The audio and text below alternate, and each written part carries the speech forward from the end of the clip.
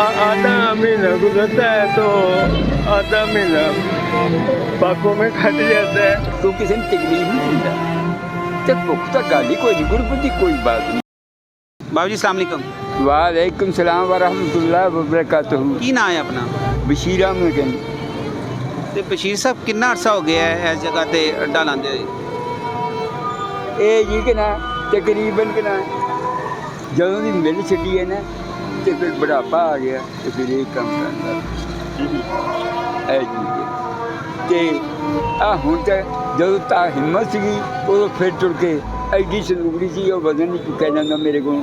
ਮੈਂ ਹੁਣ ਆ ਬੈਗ ਜਿਹਾ ਆ ਤੁਹਾਡੀ ਸੰਦੂਕੜੀ ਦੇ ਬਾਰੇ ਪਤਾ ਚੱਲਿਆ ਕਿ ਬੜੀ ਖੂਬਸੂਰਤ ਸੰਦੂਕੜੀ ਸੀ ਉਹ ਤੁਹਾਡੀ। ਹਾਂ ਤੇ ਜਾਣੇ ਹੁਣ ਭਾਰੀ ਹੈ, ਚੁੱਕੀ ਨਹੀਂ ਜਾਂਦੀ, ਤੁਰਿਆ ਨਹੀਂ ਜਾਂਦਾ ਉਹਦੇ ਨਾਲ। ਤੇ ਇੱਕ ਕਹਿੰਦਾ ਯਾਰ ਬੈਗ ਲੈ ਲਾ ਬਾਬਾ, ਤੇਰੇ ਕੋਲ ਤੁਰਿਆ ਨਹੀਂ ਜਾਂਦਾ।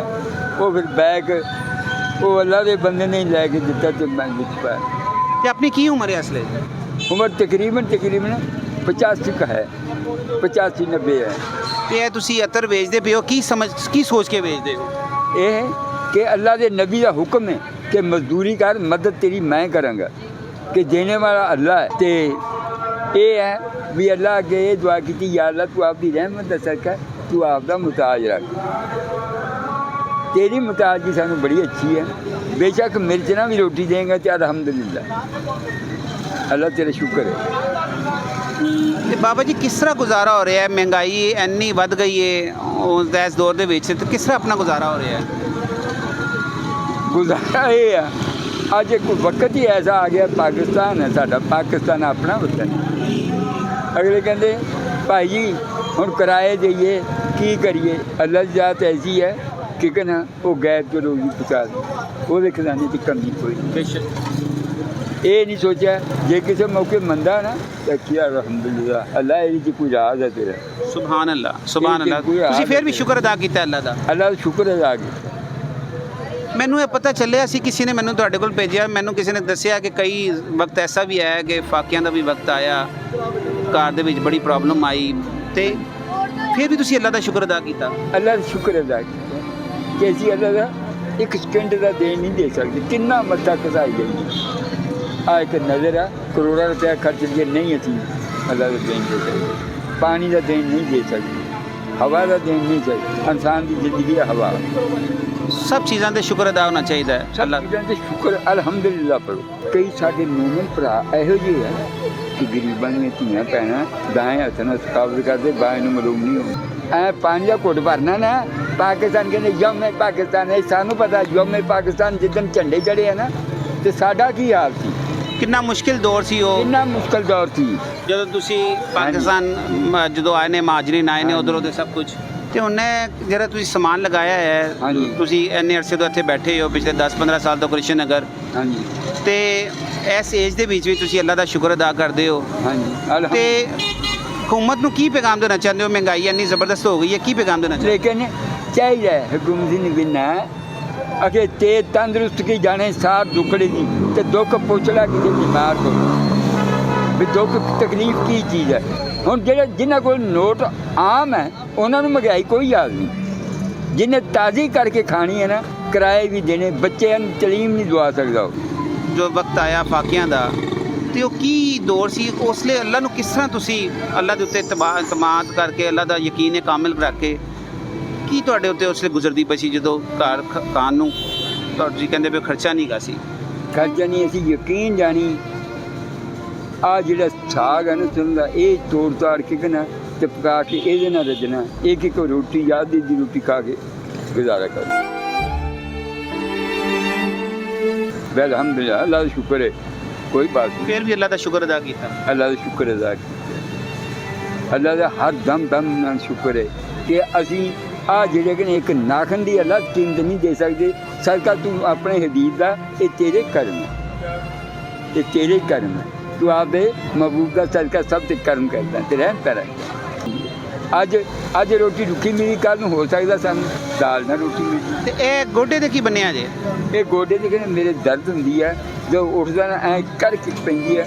ਉਹ ਜਰਾ ਜਿਹੜਾ ਨਾ ਉਹਨੇ 5-6 ਦਿਨ ਪੱਟੀਆਂ ਕੀਤੀਆਂ, ਕਹਿੰਦਾ ਬਾਬਾ ਜੀ ਗੋਡਿਆਂ ਦੇ ਵਿੱਚ ਜਿਹੜਾ ਨਾ ਉਹ ਖੂਨ ਦੀ ਚਰਬੀ ਹੈ, ਤੁਹਾਡੀ ਆਪ ਦੀ ਉਮਰ ਦਾ ਲਿਹਾਜ਼ ਦੇਖੋ, ਤੁਹਾਡੇ ਕੋਲ ਕੰਮ ਨਹੀਂ ਨਾ ਹੁੰਦਾ, ਮੈਂ ਹੁੰਦਾ ਤਾਂ ਨਹੀਂ ਲੇਕਿਨ ਮਜਬੂਰੀ ਹੈ।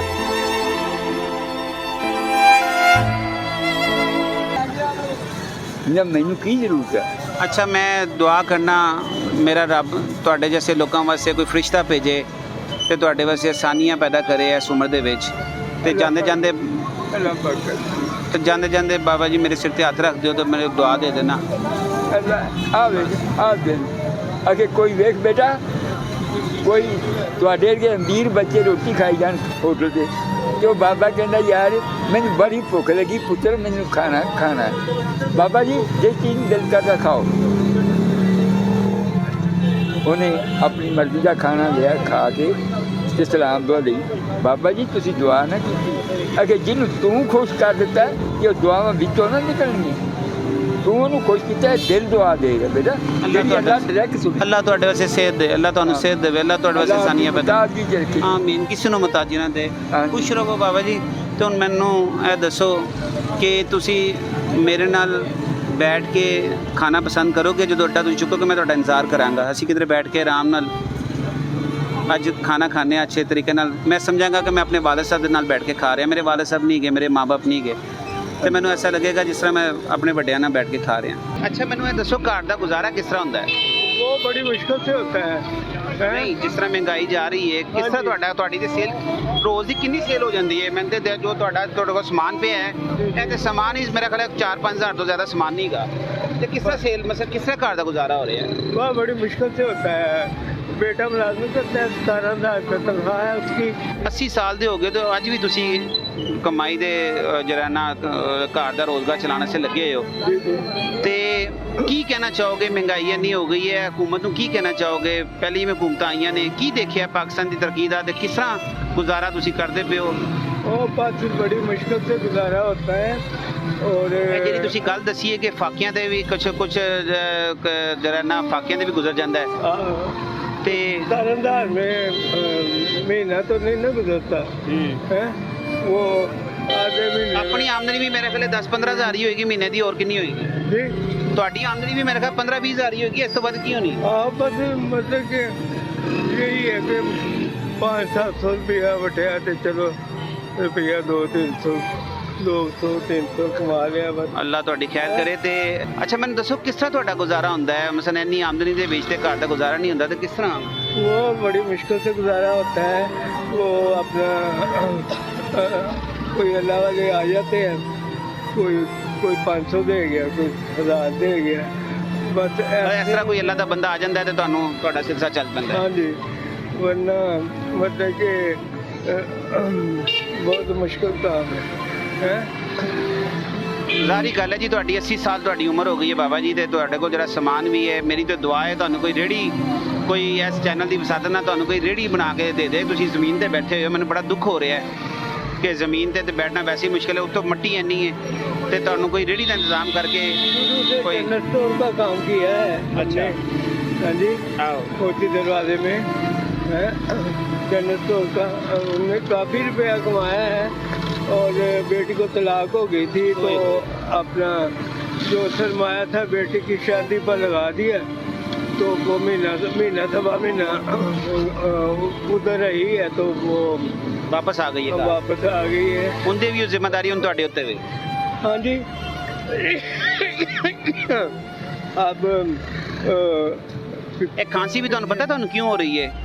ਇਹ ਡਸਟ ਦੀ ਵਜ੍ਹਾ ਨਾਲ, ਜਿੱਥੇ ਤੁਸੀਂ ਬੈਠੇ ਹੋ ਜ਼ਮੀਨ ਤੇ, ਇੱਥੇ ਡਸਟ ਹੈ ਕਿਉਂਕਿ ਇੱਥੇ ਸਫਾਈ ਨਹੀਂ ਹੁੰਦੀ। ਅਸੀਂ ਕ੍ਰਿਸ਼ਨ ਨਗਰ ਦੇ ਇਹ ਨਾ ਇਹ ਬਸ ਅੱਲਾਹ ਵੱਲੋਂ ਤੁਹਾਨੂੰ ਜਿਹੜਾ ਨਾ ਅੱਲਾਹ ਨੇ ਇਸੇ ਤਰ੍ਹਾਂ ਹੀ ਕੋਈ ਨਾ ਕੋਈ ਪਿੱਛੋਂ ਤੁਹਾਨੂੰ ਭੇਜੇ। ਮੇਰੀ ਦੁਆ ਹੈ ਕਿ ਤੁਹਾਡੀ ਜਿਹੜੀ ਹੈ ਨਾ ਤੁਹਾਨੂੰ ਕੋਈ ਰੇਹੜੀ ਬਣਾ ਕੇ ਦੇ ਦੇ। अस्सलाम वालेकुम बेटा। वालेकुम सलाम। ਕੀ ਨਾਂ ਹੈ ਤੇਰਾ? तलामीन। ਹਾਂ, तलामीन। ਤਲਾ ਅਮੀਨ। ਤੇ ਬੇਟਾ ਇਹ ਤੂੰ ਖੁੱਸੇ ਲਗਾਏ ਨੇ ਤੇ ਪੜਦਾ ਨਹੀਂ ਤੂੰ? पर्दा ਕਿਹੜੀ ਕਲਾਸ 'ਚ ਪੜ੍ਹਨਾ? 6 6 ਕਲਾਸ ਵਿੱਚ ਕਿਹੜੇ school? Government MI school, MI happy school. ਤੇ ਕਿੱਥੋਂ ਆਇਆ ਤੂੰ? गांव से ਮੋਰੇ ਕਿਹੜੇ ਗਾਂ ਤੋਂ ਆਇਆ? उकाड़ा जिला। ਜ਼ਿਲ੍ਹਾ ਕਾਰਾ ਤੋਂ। ਤੇ ਬੇਟਾ ਤੂੰ ਖੁੱਸੇ ਲਗਾਏ ਨੇ ਤੇ ਇਹ ਸਕੂਲ ਕਿਹੜੇ ਟਾਈਮ ਜਾਣਾ ਹੈ? सुबह ਸਵੇਰ ਟਾਈਮ ਜਾਣਾ ਹੈ। ਤੇ ਕਿੰਨੇ ਦਾ ਖੁੱਸਾ ਵੇਚ ਰਹੇ ਹੈ? 200 रुपए का। 200 ਰੁਪਏ ਦਾ। ਤੇ ਰੋਜ਼ ਕਿੰਨੇ ਖੁੱਸੇ ਵੇਚ ਲੈਣਾ ਹੈ? 2 या 3 2 ਜਾਂ 3? ਤੇ 2 ਜਾਂ 3 ਖੁੱਸਿਆਂ 'ਚ ਕਿਸ ਤਰ੍ਹਾਂ ਘਰ ਦਾ ਗੁਜ਼ਾਰਾ ਹੁੰਦਾ ਹੈ? ਕਿੰਨੇ ਭੈਣ ਭਰਾ ਹੋ? 6 6 भैन भरा हो? 3 बहन 3 भाई 3 बहनें। 3 भाई और 3 बहनें हैं। अगर आज मैं आपसे 5 खुस्से खरीदूं इकट्ठे हाँ तो आप खुश हो गए? बहुत कितने खुश हो गए? बहुत हाथ के खुश इशारे होंगे। से बताओ। बहुत खुश होऊंगा। तो फिर आप अल्लाह ताला का आज शुक्र अदा करो कि आज हम आपके 5 खुस्से ना आपसे खरीदेंगे, ठीक है? तो आपने अल्लाह ताला को ना शुक्र अदा करना है, अल्हम्दुलिल्लाह पढ़ना है। क्या पढ़ना है? अल्हम्दुलिल्लाह पढ़ना है, अल्लाह का शुक्र अदा करना है और और अल्हम्दुलिल्लाह अल्हम्दुलिल्लाह पढ़ना है।